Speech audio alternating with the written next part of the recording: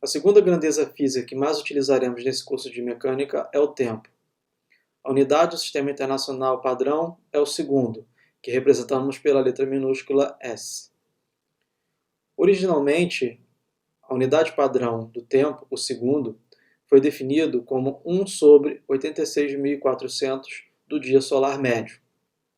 Eu quero que vocês pesquisem o que significa esse número 86.400, que não será dito nesse slide. Civilizações antigas usavam relógios de sol e obeliscos para contar a hora, o que não era muito preciso, e era restrito em tempo nublado ou à noite. Esses métodos de cronometragem foram baseados na rotação diária da Terra, em torno do seu próprio eixo. No entanto, esse período de rotação não é regular o suficiente para servir como uma definição para aplicativos modernos, isto é, no nosso mundo moderno. Atualmente, a unidade padrão, segundo, é definido como a duração de 9.192.631.770 períodos de certa radiação emitida por átomos de césio. Vocês se lembram da primeira aula, onde nós falamos sobre o período de oscilação de um pêndulo? Que o período é o tempo para se completar um ciclo, ou seja, da massa sair de um ponto, ir a um extremo e voltar ao ponto inicial. Que o período é o tempo para se contar um ciclo. As oscilações dos elétrons nos átomos podem ser contabilizados como de um período de um pêndulo simples, claro que de uma forma um pouco mais complexa. O átomo pode ser representado como um mini sistema solar, que eu mostro nessa gravura. Então, o núcleo pesado é localizado no centro, cercado por elétrons nas camadas eletrônicas. Nessa figura, eu representei 4 camadas eletrônicas. A camada de nível K, camada de nível L, M e N. Em cada camada, eu coloquei um elétron, que estão justamente nos níveis 1, 2, 3 e 4. Com isso, eu quero dizer que as órbitas correspondem aos níveis de energia e os elétrons só podem se mover entre níveis quando absorvem ou liberam uma certa quantidade de energia. Quero dizer que se o elétron está no estado fundamental, no nível K, no nível 1, para pular para o nível L, nível 2, ele deve absorver uma determinada quantidade de energia. De forma oposta também, se o elétron está no nível L e pula para o nível K, ele deve liberar uma determinada quantidade de energia. Essa energia é absorvida ou liberada na forma de radiação eletromagnética, cuja frequência depende da diferença da energia entre os dois níveis.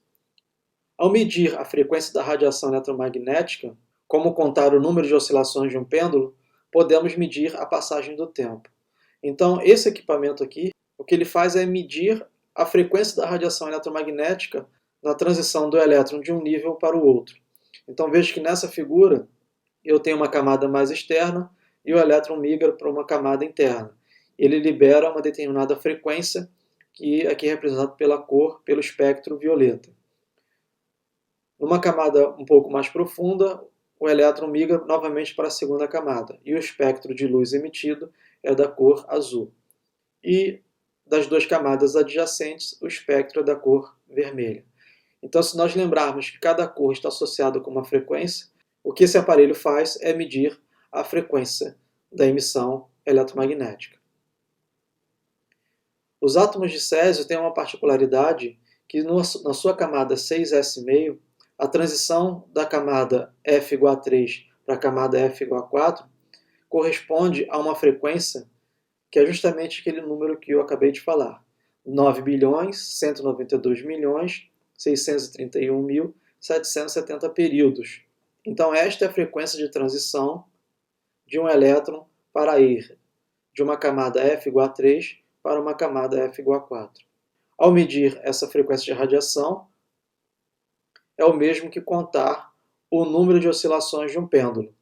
E assim podemos medir a passagem do tempo. Frequência significa que em 1 segundo essa radiação tem um ciclo de 9.192.631.770 vezes.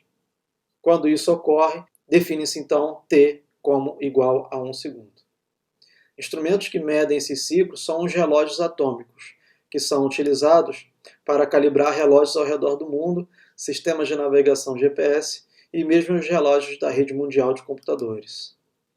Ocorre que a energia é proporcional à frequência, e a constante de proporcionalidade é dada por uma constante fundamental da física, que é a constante de Planck. Assim, temos que a unidade padrão do tempo, que é o segundo, é também determinada, de certa forma, a partir de uma constante fundamental, a constante de Planck. Da mesma forma, ou de forma análoga, que a unidade padrão de comprimento, o metro, foi determinada, melhor dizendo, é determinada a partir de uma constante fundamental da física, que é a velocidade da luz no vácuo.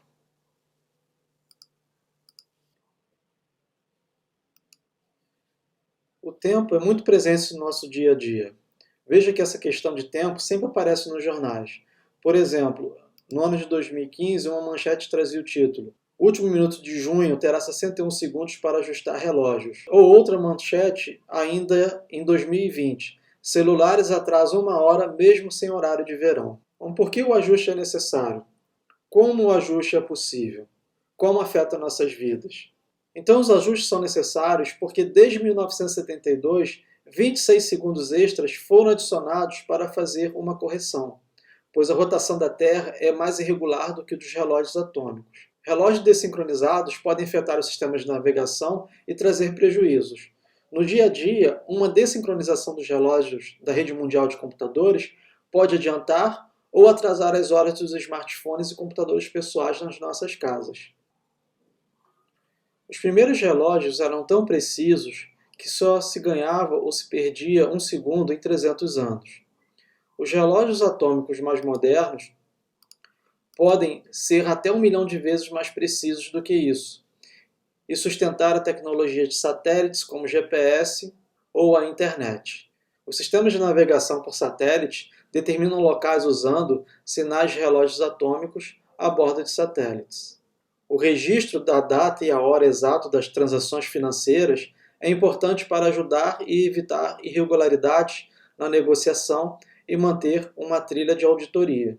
A Terra sofre uma desaceleração gradual de aproximadamente 2 milésimos de segundo por dia. O objetivo da alteração dos horários é ajustar os relógios atômicos para que fiquem em sincronia com a rotação da Terra. Saiba que o tempo é medido com mais precisão que qualquer outra grandeza física.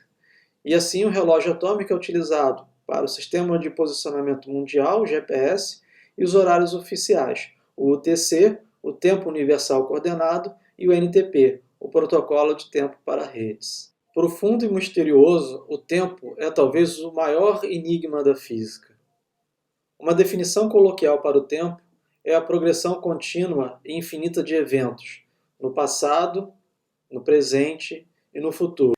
O tempo é definido pelo ritmo da vida, pela passagem dos dias e pelo ciclo das estações, pelo nascimento e pela morte. Embora alguns fenômenos pareçam repetitivos, o tempo que experimentamos não parece ser repetitivo, e a visão atual é que tempo é uma sucessão contínua de eventos. O fluxo irreversível do tempo controla nossas vidas, empurrando-nos inexoravelmente para a frente, do passado para o futuro. A flecha do tempo flui em uma única direção, para o futuro, uma direção que definimos como aquela em que não temos memória. Afinal, nós não sabemos o que vai acontecer amanhã.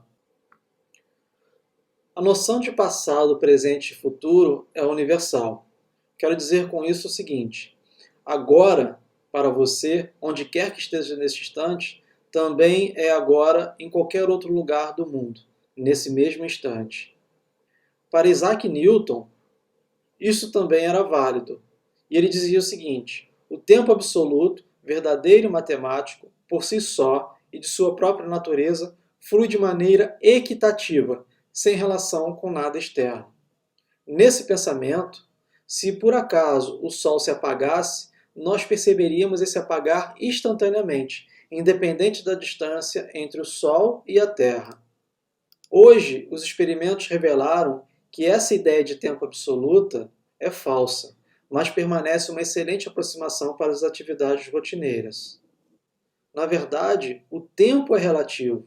Absoluto é a rapidez da luz no vácuo, uma constante universal.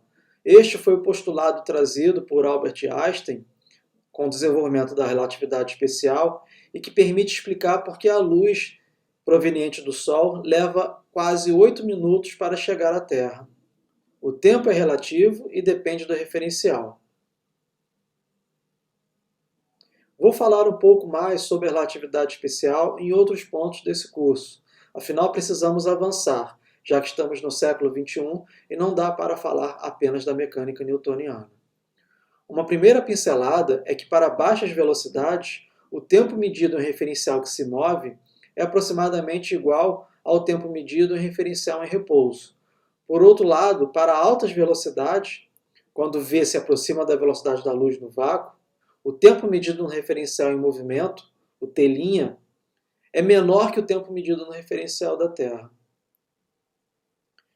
Vou mostrar numa equação matemática para vocês e um gráfico do tempo medido no referencial da Terra pela razão entre a velocidade do referencial pela velocidade da luz no vácuo. Então veja que o tempo terrestre só é igual ao tempo do referencial em movimento para baixas velocidades. O tempo do referencial em movimento não é igual ao tempo terrestre. E veremos que para fazer medidas precisas, precisaríamos de relógios sincronizados, porque o meu tempo não é necessariamente igual ao tempo que você mede. O tempo é algo tão misterioso que há vários estudos sobre eles. Um estudo importante é o princípio da causalidade. Vou apenas dar um exemplo desse princípio. Um raio, que nós entendemos como luz, causa o trovão, que nós entendemos como som.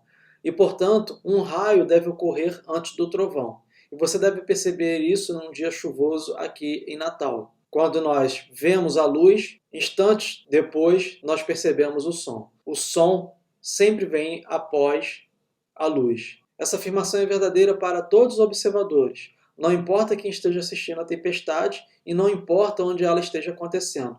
Todo observador vê primeiro um raio e só depois ouve o trovão, porque um efeito nunca precede sua causa.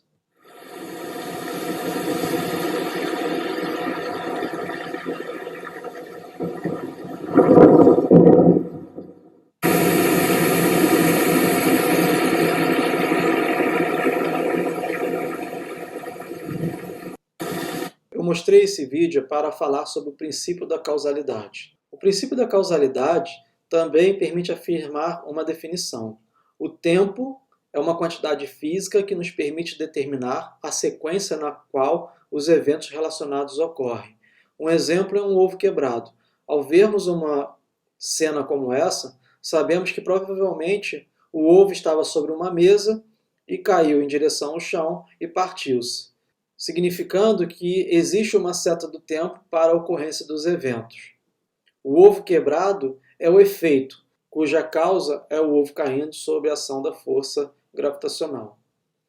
Para aplicar o princípio da causalidade e classificar causas e efeitos, é necessário desenvolver dispositivos, os relógios, para acompanhar o tempo. Todos os relógios funcionam do mesmo princípio. Eles retornam repetidamente ao mesmo estado. Relógios naturais, a rotação da Terra e a observação do Sol, quando atingem sua posição mais alta no céu, um pêndulo oscilante que retorna repetidamente para a mesma posição vertical. O intervalo de tempo entre dois eventos pode ser determinado contando o número de oscilações do pêndulo entre esses eventos. E é esse pêndulo, esse movimento periódico, é que nos diz a sequência dos eventos e que devem obedecer ao princípio da causalidade.